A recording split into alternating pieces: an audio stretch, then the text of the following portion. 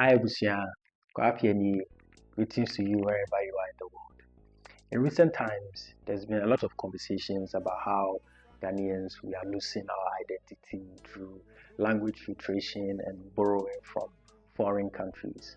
And it is a very important conversation, as I say, we have it, especially in a time when Ghana is championing Pan-Africanism and a borderless Africa. But for me, this has been an ongoing conversation. It is a cause that I have been championing through my art, through my music, my works, and my relationship with Ghanaian culture. Because language is not just a way that we communicate, it carries our stories, our memories, our relationship with our families and our communities, and also shapes the thinking of the people.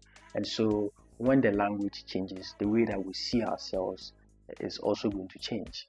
And in an attempt to respond to this shift in 2021, I released an album titled Nyamema album. It is a family friendly album.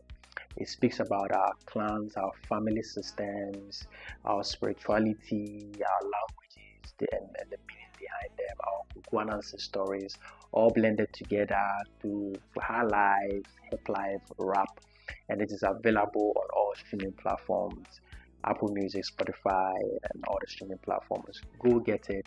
Make some time, listen with your family, with your friends. Let's come together, let's preserve our language and our culture.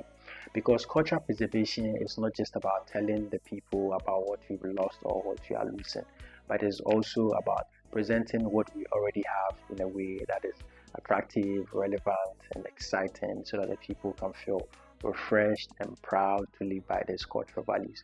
And that's exactly what the Namema album does. So go check it out, and I know you're going to enjoy it. And that's it.